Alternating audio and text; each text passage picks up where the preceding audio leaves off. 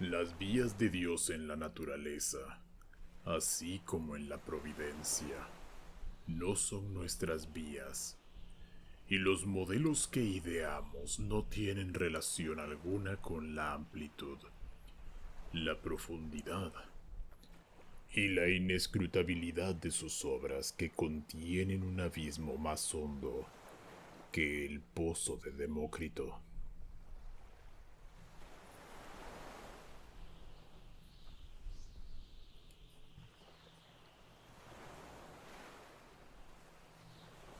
Un descenso dentro del Maelstrom. Habíamos alcanzado la cima del peñasco más alto. El viejo, durante unos minutos, pareció demasiado agotado para hablar. No hace mucho tiempo todavía, dijo al cabo. Lo hubiera guiado a usted por aquí tan bien como el más joven de mis hijos.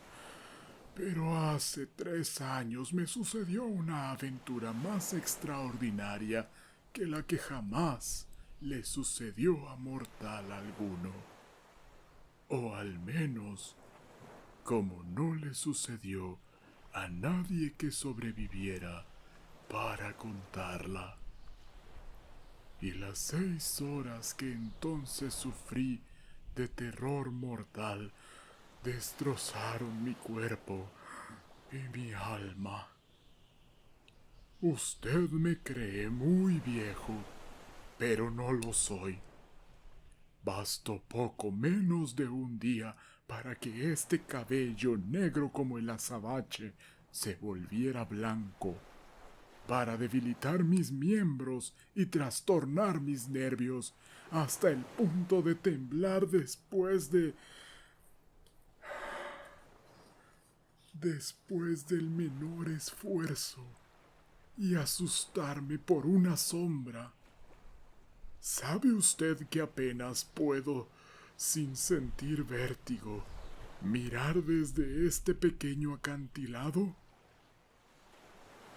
El pequeño acantilado sobre el que se había tendido negligentemente para reposar, de manera que sobresalía la parte más pesada de su cuerpo, y solo le preservaba de una caída el punto de apoyo que tenía su codo sobre la arista final y resbalosa. El pequeño acantilado, repito, se elevaba a unos 500 o 600 pies aproximadamente, de un amontonamiento de rocas situadas más abajo de nosotros. Inmenso precipicio de granito brillante y negro. Por nada del mundo me hubiera arriesgado yo a menos de 6 yardas de aquel borde.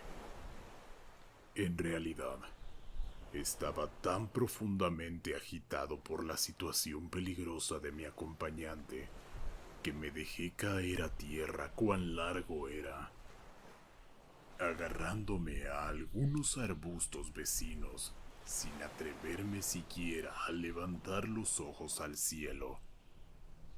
Me esforzaba en vano en arrojar de mí la idea de que la furia del viento ponía en peligro la base misma de la montaña. Me fue preciso mucho tiempo para poder razonar y encontrar el valor necesario para sentarme y mirar a la lejanía.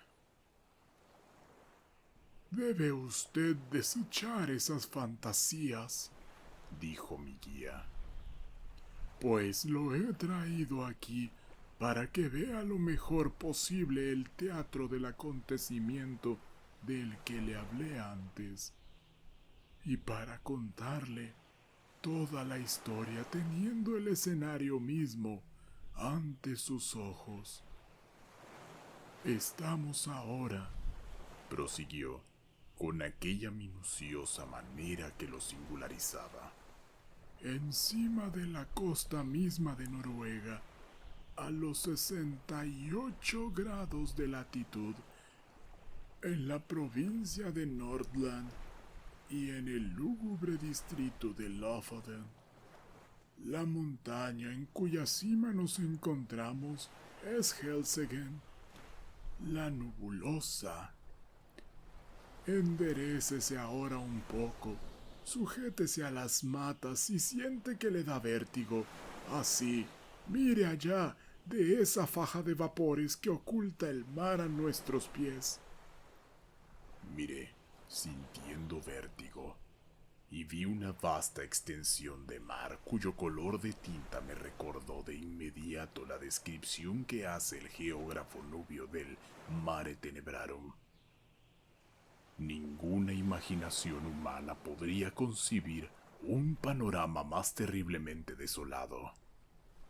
A derecha e izquierda, tan lejos como podía alcanzar la mirada, se alargaban como murallas del mundo las líneas de un acantilado horriblemente negro y colgante, cuyo carácter sombrío estaba reforzado a fondo por la resaca que llegaba hasta su cresta blanca y lúgubre, aullando y mugiendo eternamente, exactamente enfrente del promontorio sobre el que estábamos situados, a una distancia de 5 o 6 millas mar adentro.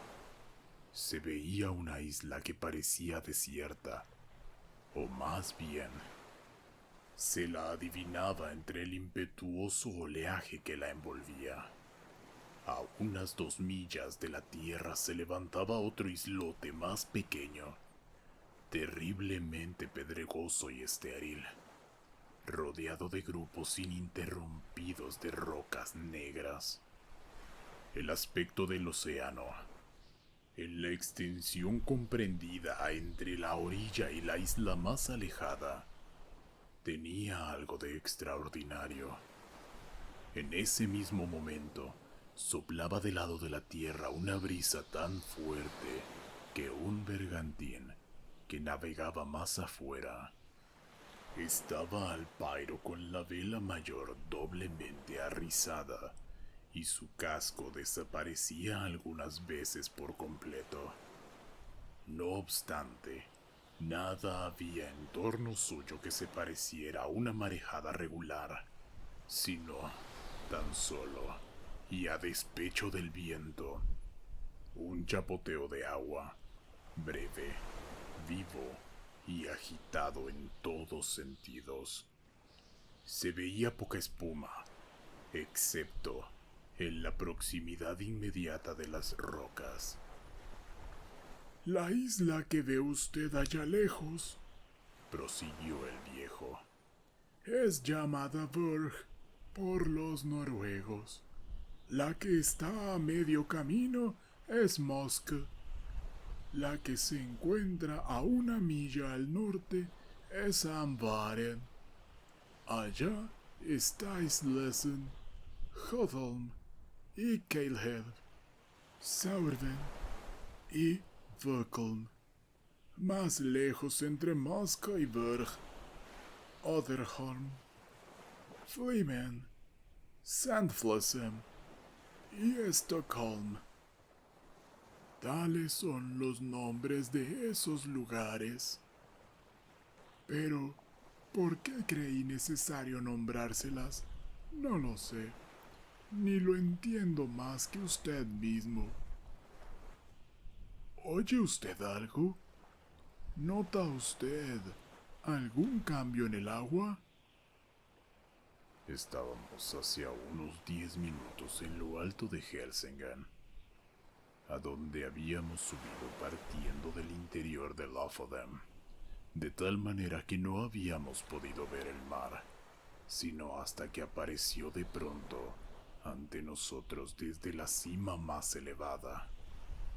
En tanto que el viejo hablaba, percibí un ruido fuerte que crecía gradualmente, como el mugido de un inmenso rebaño de búfalos en la pradera americana. Y en el mismo momento, vi que lo que los marinos llaman mar picada se transformaba rápidamente en una corriente orientada al este. Mientras yo miraba, dicha corriente cobró una gran velocidad prodigiosa. A cada momento aumentaba su velocidad, su desatada impetuosidad. En 5 minutos, todo el mar hasta Berg estuvo azotado por una furia indomable. Pero, donde dominaba principalmente el estruendo era entre Mosca y la costa. Allí, el vasto lecho de las aguas, cosido y surcado por 1000 corrientes contrarias, estallaba súbitamente en convulsiones frenéticas, jadeando, hirviendo, silbando, girando en gigantescos e innumerables remolinos, rizándose y precipitándose todo hacia el este con una rapidez que no se manifiesta sino en las cataratas. Al cabo de unos cuantos minutos, el cuadro sufrió otro cambio radical. La superficie general se tornó algo más lisa y los remolinos desaparecieron uno a uno, en tanto que prodigiosas fajas de espuma aparecieron en lugares en que antes no había visto ninguna hasta entonces. Aquellas fajas se extendieron finalmente a gran distancia y cambiándose entre ellas, adoptaron el movimiento giratorio de los remolinos calmados y parecieron formar el germen de un vórtice más vasto. Súbitamente, este apareció y adquirió existencia distinta, definida en un círculo de más de 1 milla de diámetro. El borde del remolino estaba marcado por una ancha faja de espuma luminosa, pero ni una partícula de ésta se deslizaba en la boca del espantoso embudo, cuyo interior, hasta donde alcanzaba la vista, estaba constituido por un muro líquido, pulido, brillante y de color negro azabache, que formaba con el horizonte un ángulo de aproximadamente 45 grados que giraba sobre sí mismo, bajo la influencia de un movimiento tumultuoso y que proyectaba por los aires una voz aterradora, mitad grito, mitad rugido, tal como las poderosas cataratas del Niágara jamás lo han lanzado en sus conmociones hasta el cielo. La montaña se estremecía en su base misma y se bamboleaban las rocas. Me tiré al suelo de bruces y, en un exceso de agitación nerviosa, me agarré a la escasa hierba. Esto, le dije por último al viejo, no puede ser otra cosa sino el gran remolino del Maelstrom. Así lo llaman algunas veces, respondió. Pero nosotros los noruegos lo llamamos el Muskestrom, a causa de la isla Musk, que está situada a medio camino. Las descripciones ordinarias de este remolino no me habían preparado en lo más mínimo para lo que ahora veía. Lo de Jonas Remus, que es quizás más detallada que ninguna, no da ni la más leve idea de la magnificencia y del horror del cuadro, ni de la extraña y maravillosa sensación de novedad que confunde al espectador. No sé exactamente desde qué punto de vista, a qué hora la vio el escritor en cuestión, pero ciertamente no fue desde la cumbre de Helseggen, ni durante una tempestad. No obstante, hay algunos pasajes en su descripción que pueden citarse por sus detalles, aunque sean muy insuficientes para dar la impresión del espectáculo. Entre Lofoden y Mosca, dijo, la profundidad del agua es de 36 a 40 brazas. Pero del otro lado, del lado de Berg, esta profundidad disminuye hasta el punto de que un navío no podría allí buscar un paso sin correr el peligro de destrozarse contra las rocas. Lo que puede ocurrir en el tiempo más tranquilo. Cuando sube la marea, la corriente se precipita en el espacio comprendido entre Lofoden y Musk con tumultuosa rapidez. Pero el rugido de su temible reflujo apenas puede ser igualado por el de las más altas y más terribles cataratas. Se puede escuchar el ruido a muchas leguas y los vórtices o abismos son tan extensos y profundos que si un barco entra en la región de su atracción, es inevitablemente absorbido y arrastrado hasta el fondo. Allí es destrozado contra las rocas y luego, cuando la corriente se calma, los restos son arrojados a la superficie. Pero estos intervalos de tranquilidad no ocurren sino entre el flujo y el reflujo, y con buen tiempo, pero no duran sino un cuarto de hora. Después, la violencia de la corriente reaparece gradualmente. Cuando la corriente es más tumultuosa y aumenta su fuerza por la tempestad, es peligroso acercarse incluso a una milla noruega. Botes, yates, navíos son arrastrados por no haber tenido cuidado antes de encontrarse al alcance de la atracción. Sucede con mucha frecuencia que algunas ballenas se acercan demasiado a la corriente. Son dominadas por su violencia. Es imposible describir sus aullidos y bramidos en su inútil esfuerzo por liberarse. En cierta ocasión, un oso, al intentar cruzar a nado el estrecho entre Lofoden y Musk, fue atrapado por la corriente y arrastrado hasta el fondo. Rugía tan espantosamente que se le oía desde la orilla. Grandes troncos de pino y abeto, engullidos por la corriente, reaparecen después rotos y desgarrados hasta tal punto que parecen haberles crecido cerdas. Esto demuestra claramente que el fondo está formado de rocas puntiagudas, entre las cuales rodaron de un lado a otro. Dicha corriente está regulada por el flujo y el reflujo del mar que continuamente se efectúa de 6 en 6 horas.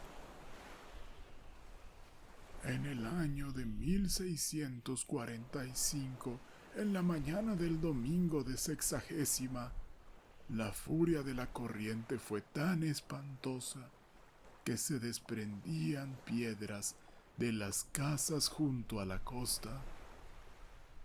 Por lo que concierne a la profundidad del agua, no comprendo cómo se ha podido comprobar en la proximidad inmediata del remolino. Las 40 brazas deben referirse solo a las partes del canal que están muy cerca de la orilla de Musk o de Lofoden. La profundidad en el centro del Muskström debe ser inconmensurablemente más grande, y para estar seguros de esto, basta echar una ojeada oblicua en el abismo del remolino cuando estamos en la cima más elevada del Helseggen. Hundiendo mi mirada desde lo alto de este pico, en el mugiente Phlegethon, no puedo menos que sonreír de la sencillez con que el honrado Jonás Ramos cuenta, como cosas difíciles de creer, sus anécdotas de osos y ballenas, ya que me parecía evidente por sí mismo que el barco más grande de la línea existente, al llegar al radio de esta atracción mortal, debía resistir tan poco como una pluma en un huracán y desaparecer por entero y de repente. Las explicaciones que se han dado de este fenómeno,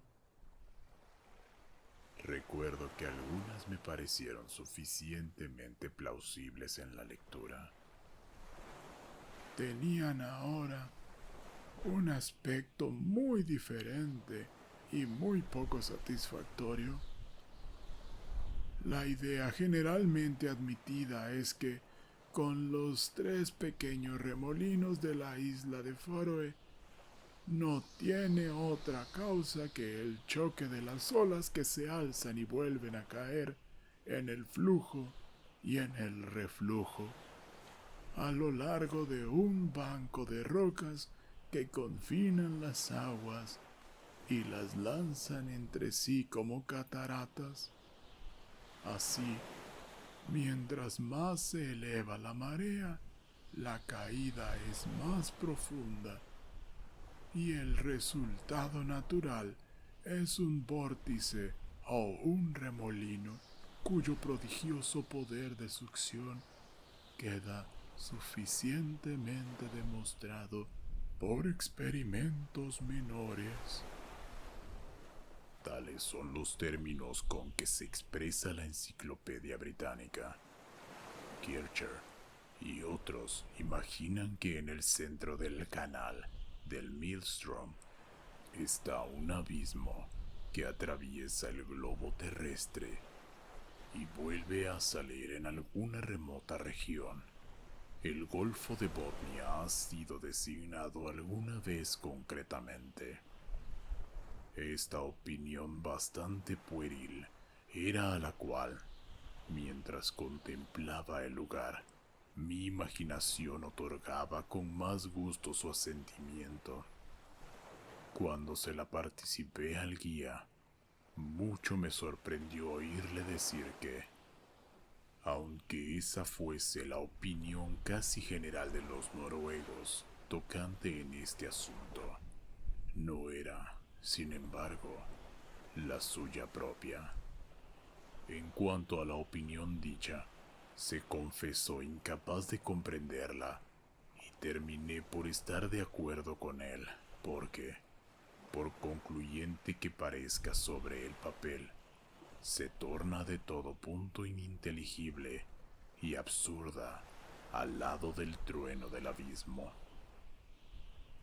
Ahora que ya ha visto usted bien el remolino, me dijo el viejo, que si quiere usted que nos protejamos detrás de aquella roca a sotavento, amortiguando así el estruendo del agua, le narraré una historia que lo convencerá de que algo debo saber yo del Muskstrom. Me ubiqué como él deseaba y empezó.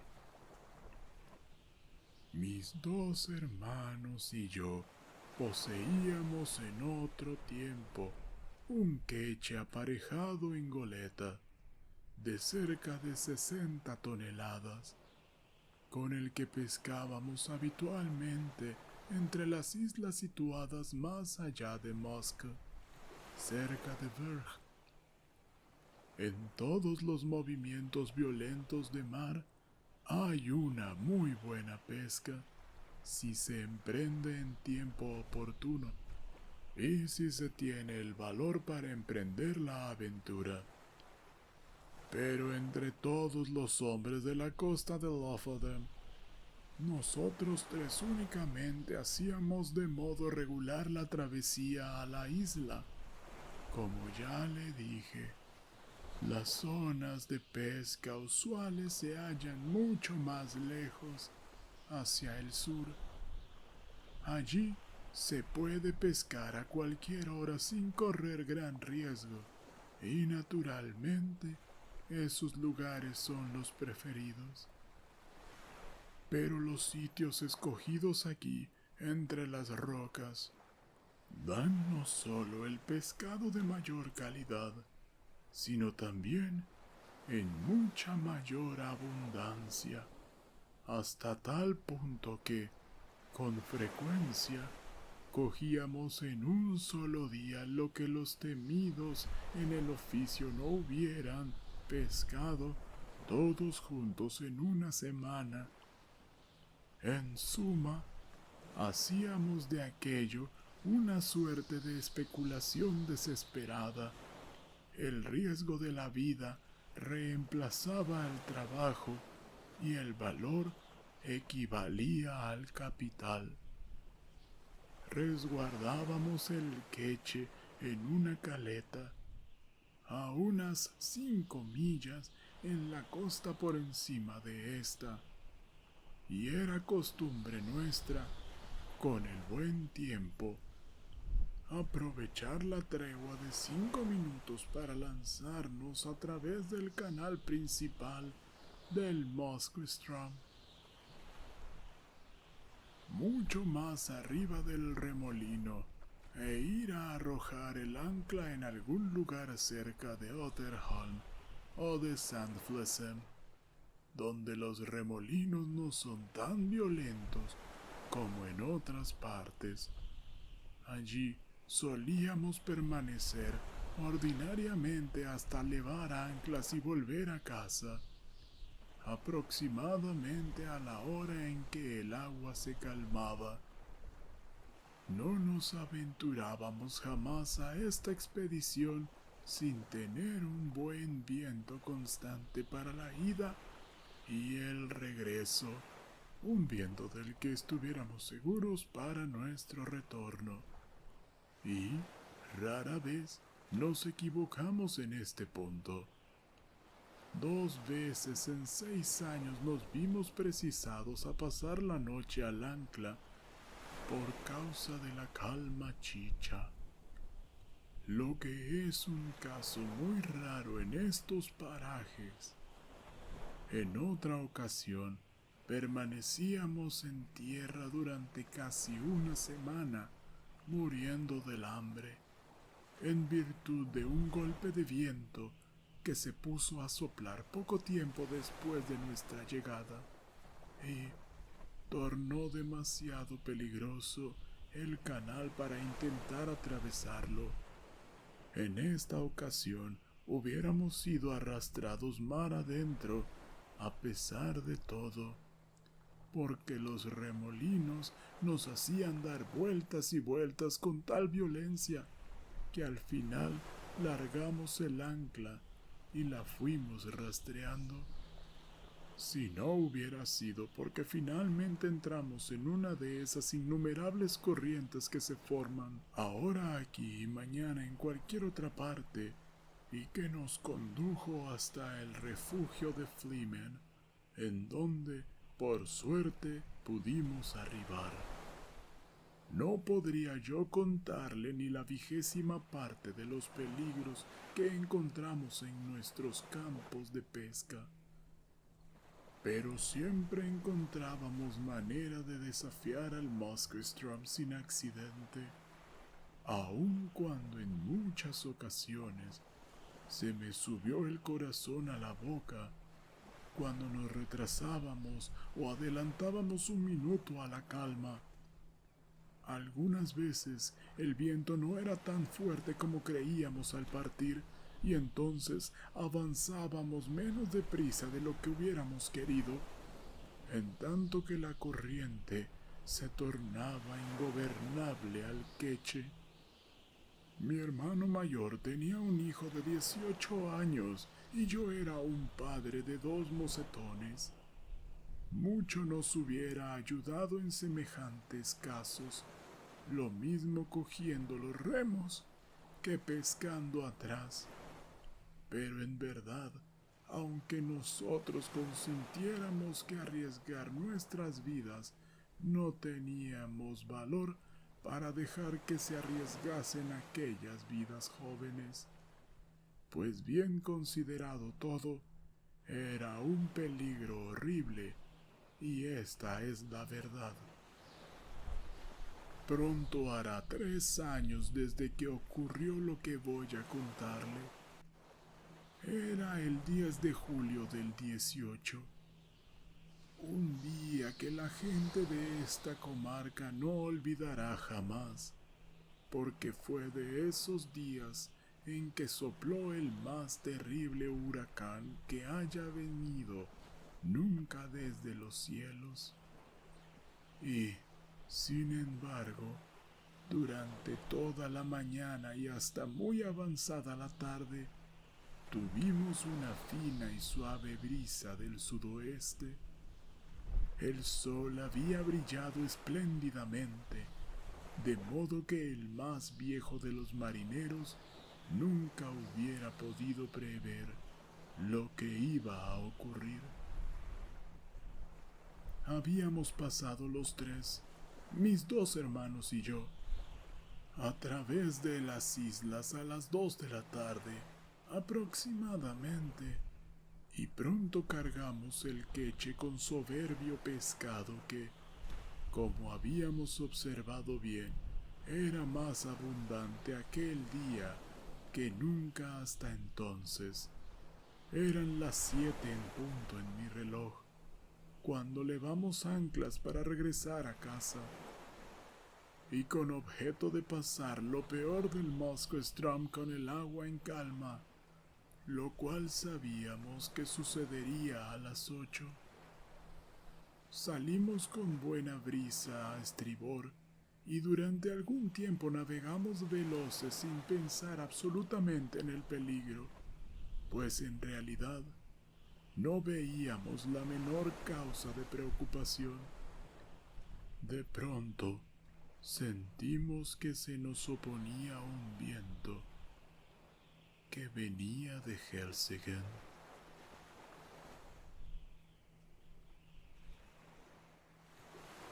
Y hasta aquí vamos a llegar por hoy. Lamento mucho no seguir, créanme que tenía pensado poder grabar un poco más, pero creo que este es un buen momento para dejar el video hoy. Agradezco su presencia y que me acompañen en esta lectura. Espero les esté gustando la interpretación. Recuerden que la semana que viene seguiremos con esta historia. Espero que la sigan disfrutando y recuerden que nos volveremos a encontrar. Y espero que sea más pronto de lo que imaginan.